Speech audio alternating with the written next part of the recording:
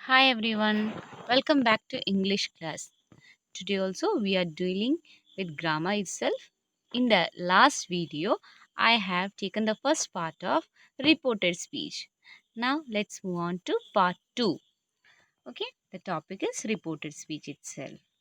So, earlier we saw that reporting verb in present tense, reporting verb in past tense. Now we are going to learn something different, that is reporting verb in future tense. Okay, what will happen? If the reporting verb is in future tense, then there will be no change in the tense of the sentence in indirect speech. यहाँ पे भी जैसे ही मैंने present tense के बारे में बताया था, वो बातें यहीं भी एप्लीकेबल है। जैसे कि से है तो उसमें कुछ चेंजेस नहीं है, रिपोर्टिंग वर्ब से या टेल है तो उसमें कुछ चेंजेस नहीं है, क्योंकि वो सिंपल प्रेजेंट दिखाता है। अभी विल से विल टेल ऐसा है तो भी उसमें कुछ चेंजेस नहीं है, क्योंकि वो फ्यूचर टेंस है। ओके, सो चेंजेस है सिर्फ सेड में, सेड या टोल्ड में। Okay, that is past tense. अभी देखेंगे example, the teacher will say all the children have become very naughty. How we are going to change it?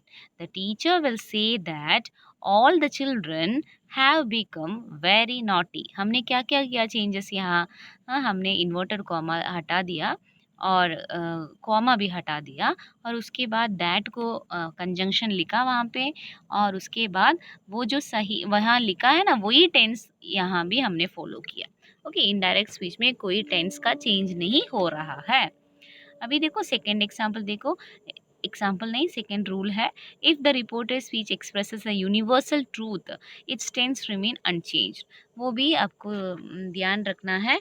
देखो अगर हमारा रिपोर्टेड हमारा डायरेक्ट स्पीच है ना, एक यूनिवर्सल ट्रूथ नहीं तो एक प्रोवर्ब ऐसा कुछ बता रहा है, तो उसमें भी चाहे उसकी रिपोर्टिंग वर्ब पास्ट में हो, सेड में हो, फिर भी उसमें कुछ चेंजेस नहीं आएगा। हाँ, उतना बता रहे हैं। My father said too many cooks spoil the broth. तो यहाँ पे क्या है, वो एक प्रॉवर्ब है। हाँ, too many cooks spoil the broth, जैसे कि बहुत सारे कुक्स एक साथ आ जाएंगे तो वो खाना खराब हो जाएगा। Okay, so my father said that too many cooks spoil the broth. तो आपको क्या लगेगा, ये सिम प्रेजेंट टेंस है, इसे पास्ट में बनाना है, ऐसा सब सोचेंगे क्योंकि सेड है ना। मगर आपको ये समझ के रखना है कि see, if said is there then it is a truth, universal truth, नहीं तो proverb ऐसा कुछ है तो उसमें आपको there is no changes should be brought in the indirect speech. Okay, now let's move on to the next one, changing questions into indirect speech। वो भी important है, कैसे question को हम direct से indirect बनाएं। तो इसमें कुछ points है, let's see the first point। while reporting interrogative questions or WH questions, you have to use the words like asked, inquired, demanded as reporting verbs। तो यहाँ पे देखो हमने इतनी देर पढ़ा था कि सेड नहीं तो टोल्ड, नहीं तो से, टेल, ऐसा वर्ड्स ही रिपोर्टिंग वर्ब में यूज़ करते हैं। मगर अभी देखो अगर एक क्वेश्चन है, इंट्रोगेटिव क्वेश्चन है, WH क्वेश्चन है, तो हमें है ना ये सेड को सब हटाकर क्या लिखना है, आस्क्ड लिखना है, नहीं तो एनक्वायर्ड लिख सकते हैं, नहीं तो डिमांडेड लिख सकते हैं।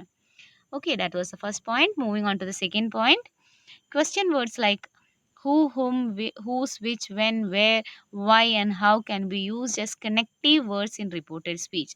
जैसे कि यहाँ पे हम दैट का यूसेज नहीं कर सकते, कंजंक्शन दैट को हट नहीं लिख सकते, इसीलिए हमें है ना वो WH वर्ड जो क्वेश्चन वर्ड होगा ना उसे कंजंक्शन जैसा यूज़ कर सकते हैं दैट के जगह पे। ओके, तो आप एग्जाम्पल से समझ सकोगे। Suresh said who can help me, तो अभी हम रिपोर्ट कर रहे हैं। Suresh asked, since it is a question we are writing asked. Who, वो हु में कुछ चेंजेस नहीं है, वो हु को ऐसे ही लाया, दैट कुछ नहीं है। ओके, हु कुड, कैन क्या बन गया, कुड बन गया। Okay, who could help him. Okay, can has changed to could, so who could help him. Okay, अभी देखो, Jeena said to me what are you doing. Jeena asked me what I was doing. देखो अभी यहाँ पे क्या है, inverting the position of subject and verb. जब question था उसमें व्हाट के बाद ऑक्सिलरी आ रही है are, what are you doing पूछते हैं, व्हाट यू आर डूइंग नहीं पूछते। ओके, जब उसे रिपोर्ट कर रहे हैं तो वो सेंटेंस बन गया, it is no more a question.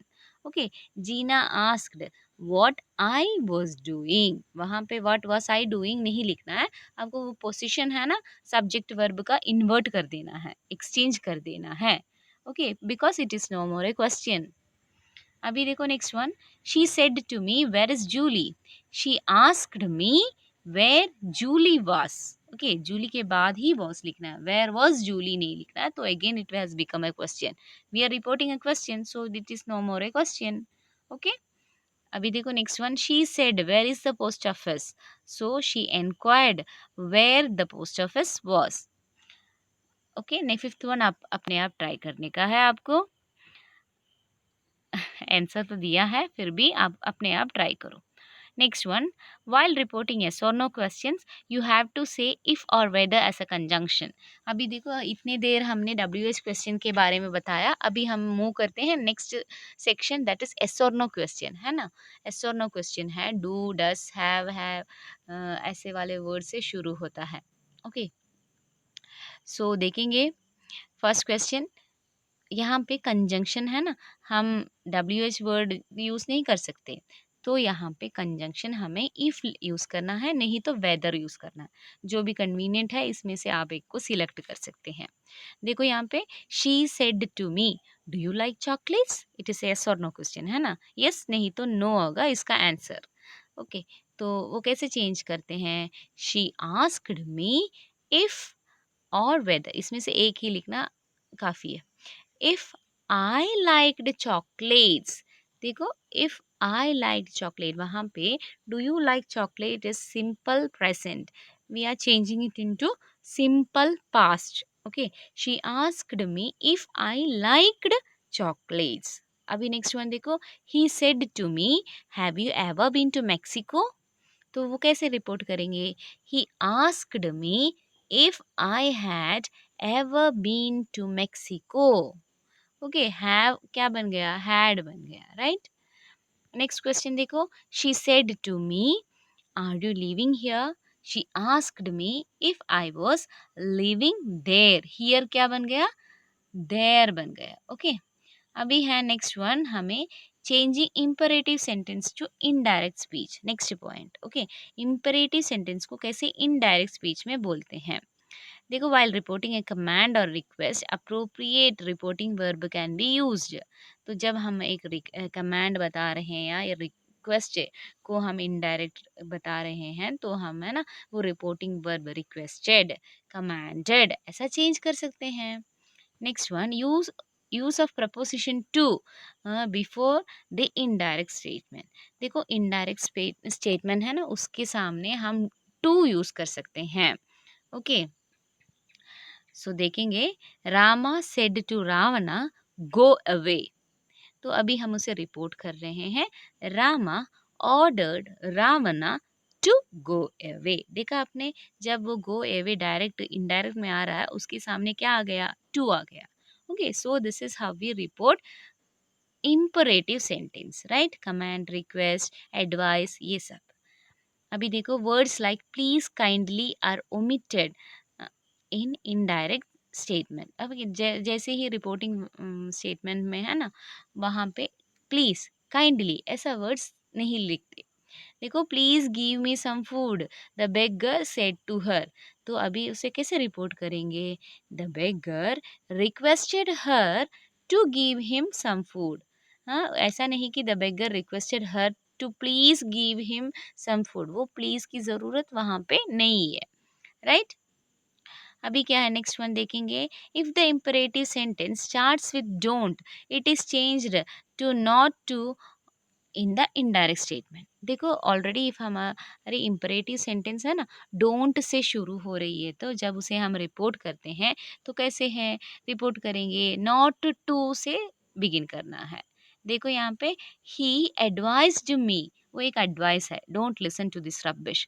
Okay, he advised me not to listen to this rubbish. Okay, not to listen to this rubbish हो गया, डोंट है ना वो चेंज होके नॉट टू बन गया। ओके, समझ में आया आपको, क्लियर हुआ, राइट।